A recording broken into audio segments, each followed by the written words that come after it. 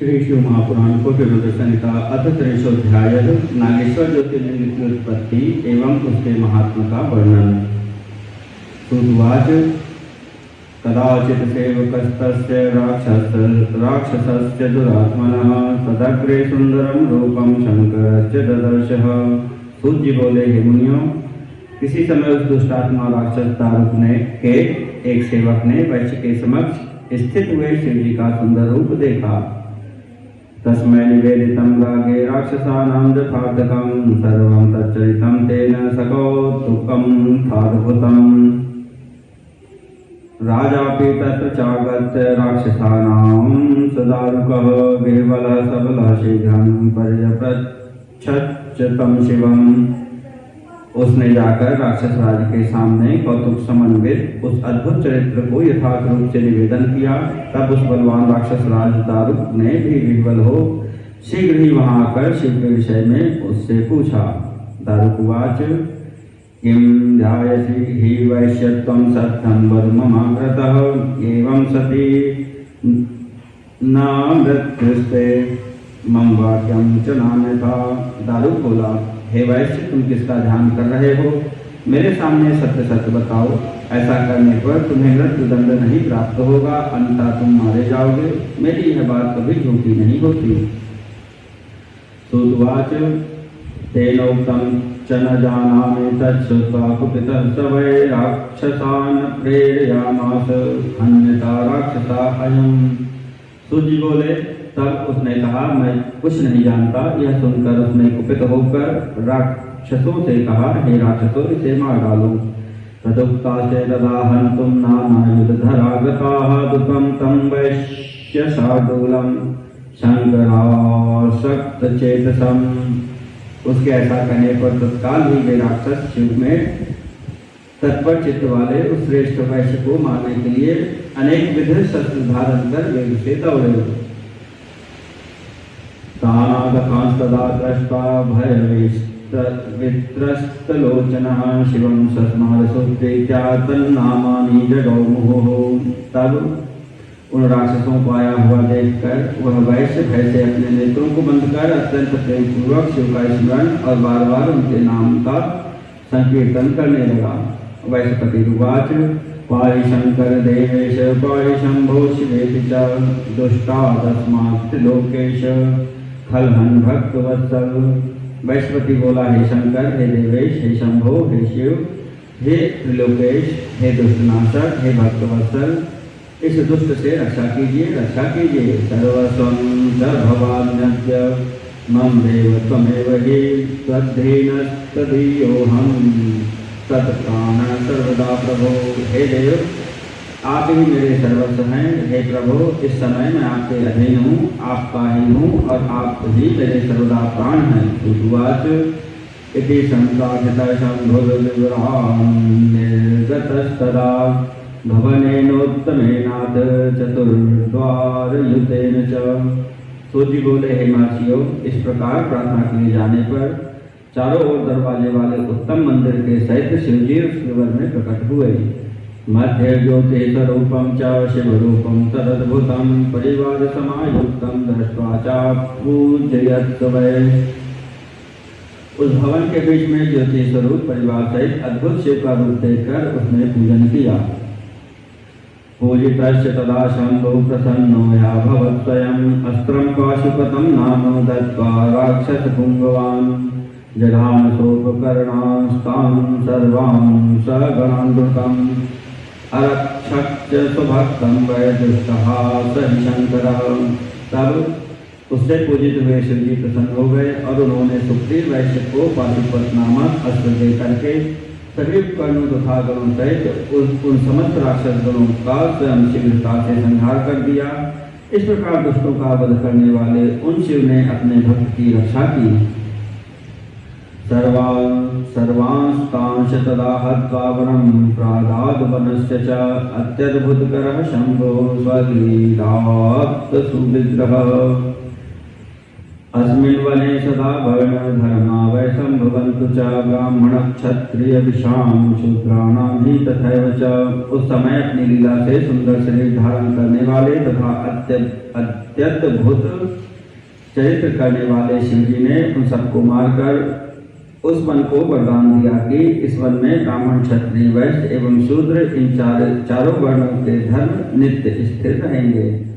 भवन्त्वत्र मुनिश्रेष्ठास्तामसा न कदाचन शिव धर्म प्रवक्तारः शिव धर्म प्रवर्तकाः। यहाँ शिव धर्म प्रवर्तक तथा शिव धर्म वक्ता श्रेष्ठ मुनि ही होंगे, तमोगुणी लोग कभी नहीं होंगे। तुतुवाच एतस्मिन् समये सा वै राक्षसी दारुका वयादेजः स्तुतिं चकारासौ पार्वत्यादीन मानसा। सूत जी बोले, इसी समय दुखित मन वाली उस दारुका नामक राक्षसी ने भगवती पार्वती की स्तुति की।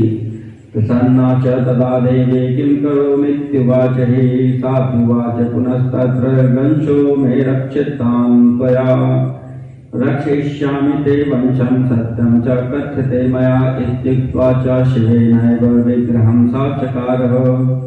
तब पार्वती जी ने प्रसन्न होकर उससे कहा, मैं क्या करूं? तब उसने पुनः कहा, हे देवी, आप मेरे वंश की रक्षा करें, मैं तुम्हारे वंश की रक्षा अवश्य करूंगी, यह मैं सत्य कह रही हूँ। ऐसा कहकर उन्होंने शिव के साथ लीलापूर्वक कलह किया। शिवोपि कुपितां देवीं दृष्ट्वा वरवशः प्रभो प्रत्युवाचेति सूक्तेत्याजथेच्छसि तथा कुरु। उसके बाद वरदान के वशीभूत हुए शिव जी ने क्रुद्ध हुई पार्वती जी को देखकर प्रेम पूर्वक कहा, तुम जैसा चाहो वैसा करो। सूतुवाच इति श्रुत्वा वचस्तस्य स्वपतेः शंकरस्य वै सुप्रसन्ना विहस्याशु पार्वती वाक्यं ब्रवीत। सूत जी बोले, अपने पति शिव जी का यह वचन सुनकर अत्यंत प्रसन्न हुई पार्वती जी ने हंस करके शीघ्रता से यह वचन कहा। पार्वती उवाच भवदेयं वचस्तथ्यं युगान्ते संभविष्यति तावच्च तामसी सृष्टिर्भवत्विति मतं मम। अन्यथा प्रलयः स्याद्वै सत्यं मे व्याहृतं शिव प्रमाणं प्रेतां नाथ तदीयास्मि तदाश्रया। इयं च दारुका देवी राक्षसी शक्तिकामं बलिष्ठा राक्षसीनां च रक्षो राज्यं प्रशास्तु च। इमा राक्षसपत्न्यस्तु प्रसविष्यन्ति पुत्रकान्ते सर्वे मिलिताश्चैव वने वासाय मे मताः। पार्वती जी बोली, आपका वचन युग के अंत में सत्य होगा, तब तक तामसी सृष्टि ही बनी रहे, ऐसा मेरा विचार है, अन्यथा प्रलय हो जाएगा। हे शिव जी, मैं सत्य कहती हूँ। हे नाथ, मैं आपकी वल्लभा हूँ और आपकी आश्रिता हूँ, अतः मेरा वचन प्रमाणित कीजिए। यह राक्षसी देवी दारुका मेरी शक्ति है, सभी राक्षसियों में बलिष्ठ है, यह राक्षसों पर राज्य करे। ये राक्षसों की पत्नियां यहाँ पर अपने पुत्रों को उत्पन्न करेंगी, वे सब मिलकर इस वन में मेरी आज्ञा से निवास करेंगी। सुतवाच इत्येवं वचनं श्रुत्वा पार्वत्या स्वस्त्रियाः प्रभो प्रसन्नमानसो भूत्वा शंकरो वाक्यं ब्रवीत। सूत जी बोले, अपनी पत्नी पार्वती जी का यह वचन सुनकर भगवान शिव प्रसन्न मन होकर यह वाक्य कहने लगे। शंकर उवाच इति ब्रवीषितं वैचेक्षणं मद्वचनं प्रिये स्थास्याम्यस्मिन् वने प्रीत्या भक्तानां पालनाय च। शंकर बोले, हे प्रिय, यदि तुम ऐसा कहती हो तो मेरी बात सुनो। मैं अपने भक्तों का पालन करने के लिए इस वन में प्रीतिपूर्वक निवास करूंगा। अत्र मे वर्ण धर्मस्थो दर्शनं प्रीति संयुतं करिष्यति च यो वै स चक्रवर्ती भविष्यति। यहाँ पर जो अपने वर्णोचित धर्म में स्थित होकर प्रेम पूर्वक मेरा दर्शन करेगा वह चक्रवर्ती राजा होगा। अन्यथा कलिपर्याये सत्यस्यादौ नृपेश्वरः महासेनयुतो यो वै वीरसेनेति विश्रुतः समे भक्त्यातिविक्रांतो दर्शनं मे करिष्यति दर्शनं मे सकृत्वैव चक्रवर्ती भविष्यति। इसके बाद कलयुग के बीत जाने पर तथा सतयुग के प्रारंभ होने पर अपनी बहुत बड़ी सेना से युद्ध जो वीरसेन नामक प्रसिद्ध श्रेष्ठ राजा होगा वह मेरी भक्ति के प्रभाव से अति पराक्रमी होगा। वह यहाँ आकर मेरा दर्शन करेगा और मेरे दर्शन के फलस्वरूप वह चक्रवर्ती राजा बनेगा। तुतुवाच इत्येवं दंपती तौ च कृत्वा हास्यं परस्परं स्थितौ तत्र स्वयं राक्षान्नभूति कारकौ द्विजाः। सूर्य बोले, हे ब्राह्मणों, इस प्रकार साक्षात महालीला करने वाले वे शिव और पार्वती परस्पर हास विलास करके स्वयं वहीं स्थित हो गए। ज्योतिर्लिंग स्वरूपो हि नाम्ना नागेश्वर शिव नागेश्वरी शिवा देवी बभूव च सतां प्रियौ। वहाँ ज्योतिर्लिंग रूप शिव जी नागेश्वर नाम से तथा देवी पार्वती नागेश्वरी नाम से प्रसिद्ध हुई। वे दोनों सज्जनों को अत्यंत प्रिय हैं। ऋषि वीरसेन कथम तत्र यासते दारुकावने कथमर्चिष्यते शिवं त्वं तद्वद महामते। ऋषिगण बोले, हे महामते, वीरसेन उस दारुका वन में किस प्रकार जाएंगे और किस प्रकार शिव जी की पूजा करेंगे, आप इसका वर्णन कीजिए। सूतुवाच निषदे सुंदरे देशे क्षत्रियाणां कुले च स महासेनयुतो वीरसेनश्चैव शिवप्रियः। सूर्य बोले, निषद नामक सुंदर देश में क्षत्रियों के कुल में महासेन के वीरसेन नामक पुत्र उत्पन्न हुआ जो शिव का अत्यंत प्रिय था। पार्थिवेशार्चनं कृत्वा तपः परम दुष्करं चकार वीरसेनो वै वर्षाणां द्वादशावधि। वीरसेन पार्थिवेश शिव का अर्चन करते हुए 12 वर्ष पर्यंत अत्यंत कठिन तप किया। ततः प्रसन्नो देवेश प्रत्यक्षं प्राह शंकरः काष्ठस्य मत्सिकां कृत्वा प्रपुधातु विलेपनां विधाय योगमायां च दास्यामि वीरसेनकृतां गृहीत्वा प्रदिश्यैनं नौधे सह व्रजाधुना। ततस्त्वं तत्र गत्वा च विवरे च कृते मया प्रविश्य च तदा पूजां कृत्वा नागेश्वरस्य च। तदा पाशुपतं प्राप्य हत्वा च राक्षसी मुखान् मयि दृष्टे तदा किञ्चिन्न्यूनं ते न भविष्यति पार्वत्याश्च बलं चैव सम्पूर्णं वै भविष्यति। अन्ये च म्लेच्छरूपा ये भविष्यन्ति वने शुभाः।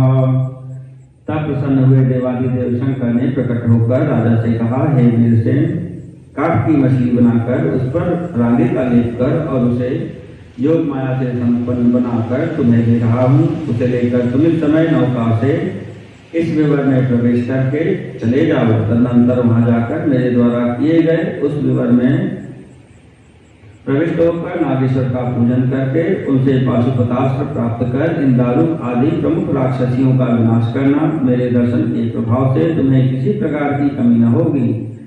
उस समय तक पार्वती का वरदान भी पूर्ण हो जाएगा, जिससे वहाँ जो अन्य म्लेच्छ रूप वाले होंगे वे भी सदाचारी हो जाएंगे। इत्युक्त्वा शंकरस्तत्र वीरसेनं दुःखः कृत्वा कृपां च मैत्रीं तत्रैवान्तर्दधे प्रभु। दुख को दूर करने वाले प्रभु सदाशिव वीरसेन से इतना कहकर उन पर मैत्री कृपा प्रकट करके वहीं अंतर्ध्यान हो गए। इति दत्तवरसोऽपि शिवेन परमात्मना शक्तः सर्वं तदा कर्तुं संबभूव न संशयः। तब परमात्मा शिव से वर प्राप्त किए हुए वे वीरसेन भी बिना संशय के सब कुछ करने में समर्थ हो गए। एवं नागेश्वरो देव उत्पन्नो ज्योतिषां पते लिंगरूपस्त्रिलोकस्य सर्वकामप्रदः सदा। इस प्रकार ज्योतियों के पति लिंग रूप प्रभु नागेश्वर देव की उत्पत्ति हुई। वे तीनों लोगों की संपूर्ण कामना को सदा पूर्ण करने वाले हैं। एतद्य संज्ञा नित्यं नागेशोद्भव मातरात् सर्वान् कामान्याद्धीमान् महापातकनाशनान्। जो प्रतिदिन नागेश्वर की इस उत्पत्ति का वृत्तांत श्रद्धा पूर्वक सुनता है वह बुद्धिमान महापातकों का नाश करने वाले संपूर्ण अभीष्टों को प्राप्त कर लेता है। इति श्री शिव महापुराणे चतुर्थ्यां कोटिरुद्र संहितायां नागेश्वर ज्योतिर्लिंगोद्भव महात्म वर्णनम नाम 5 अध्यायः।